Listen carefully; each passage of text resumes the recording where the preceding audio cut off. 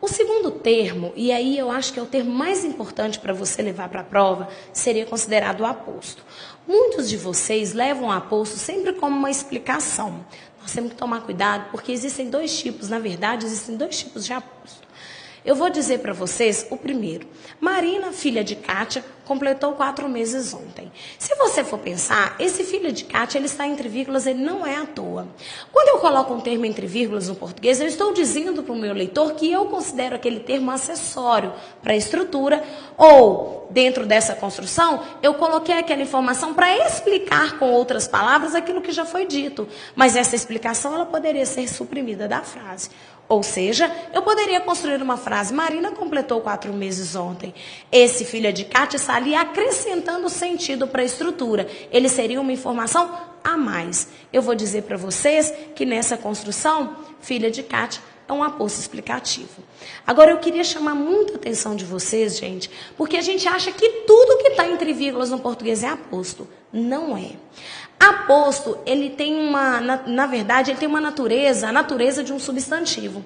Veja que quando falo Marina, ou seja, a filha de Kátia, eu uso esse elemento filha para dizer com outras palavras quem seria a Marina. Na verdade, eu digo mesmo com outras palavras. Eu falo a mesma coisa, de uma forma diferente. Isso seria o aposto explicativo. Sendo uma explicação no português, nós temos que pontuar. Na aula de pontuação, nós vamos ver que ele pode vir entre vírgulas, que ele pode vir entre travessões também. Não tem problema, mas ele tem que ser pontuado. O que a gente não leva em consideração muitas vezes é que, além desse aposto explicativo que todo mundo sabe de cor e salteado, existe um outro aposto que é chamado de aposto restritivo, denominativo ou até nominativo, denominado assim por alguns gramáticos. Nessa frase, o Rio Amazonas apresentou alguns problemas. Vamos dividir a frase tradicionalmente sujeito-predicado. O Rio Amazonas seria o sujeito, apresentou alguns problemas, seria o predicado. Nesse sujeito, a gente tem 2 substantivos. Rio é um substantivo, Amazonas é outro.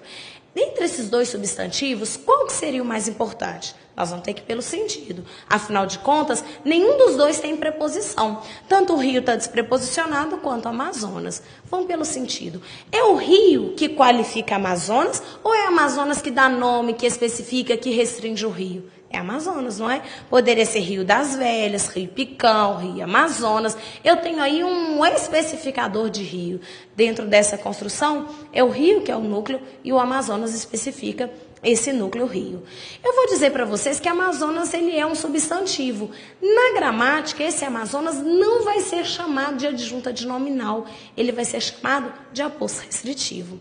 Eu me lembro de, primeira vez que eu vi isso numa gramática, a gramática dizia assim, ó, muito complicado diferenciar o adjunto adnominal do aposto restritivo. Ponto final, mudava de assunto. Imagine só que se para ele é considerado complicado, imagina para nós ou para vocês, para todos. Seria quase que impossível. Mas não é difícil não, gente. Na verdade, o que vocês precisam de perceber? Amazonas não é uma qualidade de rio. Eu não estou dizendo que o rio é bonito, que o rio é feio, que ele é poluído, que ele é extenso, que ele é estreito, nada disso. Eu dei nome para o rio. Ora, adjunta adnominal, ele dá característica. Ele especifica trazendo alguma atribuição, alguma especificidade do rio, alguma caracterização do rio. Quer ver um exemplo para ficar claro para vocês? Se eu tivesse na frase, o rio extenso apresentou alguns problemas, seria a mesma frase de cima, só que em vez de eu usar Amazonas, eu usei extenso. Nessa frase, eu vou dividir em sujeito e predicado. O rio extenso sujeito apresentou alguns problemas predicado. Aí não tem dúvida, rio é substantivo e o núcleo. Agora extenso não é um outro substantivo, não dá nome, é um adjetivo. Esse extenso é chamado de adjunta adnominal. Ou seja, o adjunto adnominal, ele é próprio dos adjetivos, das locuções adjetivas e assim por diante. O aposto restritivo é próprio do substantivo. Aposto, gente, é função de substantivo. Ou ele é explicativo, vem entre vírgulas, ou ele é restritivo. E vale lembrar, leva essa informação desde o dia de hoje, restrição no português não leva vírgula. Restrição é informação importante, necessária, absoluta, fundamental, portanto não pode ser virgulado. Uma dica para vocês, sempre que eu tiver um substantivo comum e um outro próprio, eu não estou dando qualidade, eu estou dando nome, eu estou restringindo, eu estou especificando. Isso é função de aposto. Só que ele não é explicativo porque ele não é considerado informação acessória, ele é chamado de restritivo. Dentre os vários rios que existem, um deles, o chamado Amazonas, apresentou alguns problemas. Nessa construção, nós temos aí uma informação necessária, portanto, considerada uma restrição. Nós vamos precisar disso mais lá na frente. Ou seja, aposto é um termo de valor substantivo que pode ou explicar um substantivo anterior, e por isso vir entre vírgulas, ou restringir, particularizar, especificar um substantivo anterior, por isso sem vírgula. Diferentemente do adjunto adnominal, que é função de um adjetivo. Vale lembrar, e a dica é essa. Tem lá, por exemplo, não é rua, Avenida Amazonas. Avenida seria o substantivo, Amazonas seria um aposto restritivo desse substantivo. Curso méritos, curso, um substantivo, méritos, um aposto restritivo dessa palavra curso. Pode ser chamado de aposto restritivo, denominativo, porque dá nome, ou até, como eu já disse para vocês, nominativo. O último termo acessório, o mais tranquilinho de todos, é o vocativo. O vocativo, gente, vocês têm que saber com muito carinho, pelo seguinte. Quando eu falo, João, venha logo. A nossa ideia é que João seja sujeito do venha. Porque semanticamente é com o João que você está falando. Semanticamente é o João que vai realizar a ação de vir. Tudo bem. Semanticamente sim, mas gramaticalmente não. João aí nessa frase é considerado um termo acessório para a estrutura. Tanto é que existem frases completamente perfeitas no português assim. Venha logo, venha rápido, chegue cedo. São frases consideradas no português frases completas, que comunicam, que estabelecem informação. Esse João está aí na frase simplesmente para dizer com quem eu estou falando. Ele chama. Ô João, é com você que eu estou dizendo, venha logo. Essa estrutura que marca uma interação, uma interlocução que chama a pessoa para o diálogo, isso é chamado de vocativo. Vale lembrar, olha, João é vocativo. E quem que é o sujeito gramatical de venha? Você. Vamos lembrar que isso é imperativo? Venha logo é ordem, não é? Como é que eu formo o imperativo você? Eu já disse lá atrás que para o sujeito ser você, tem que haver uma troca da vogal temática. Como assim, professora? O verbo é vir, tem que ser venha. O sujeito para ser você, tem que, nos verbos terminados com ar, tem que aparecer um é. Ame muito, cale a boca e assim por diante. Nos verbos terminados em er e ir, tem de aparecer um a.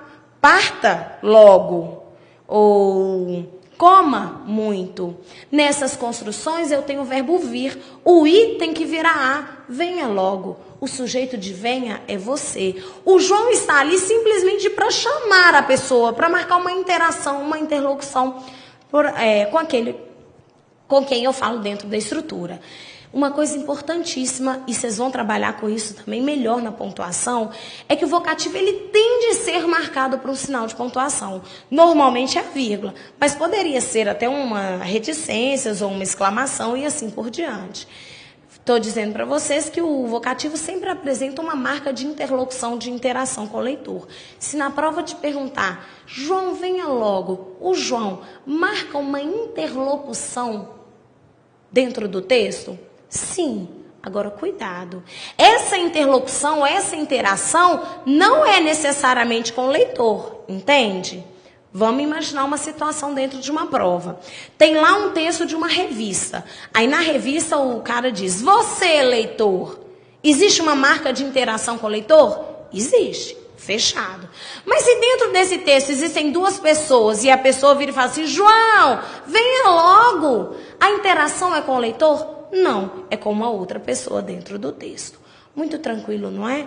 Não se esqueçam que o vocativo sempre tem de ser virgulado, até para ele não ser confundido com o sujeito. Se eu não colocasse vírgula aí, João viraria sujeito do venha. E aí eu teria uma reconstrução dentro dessa frase.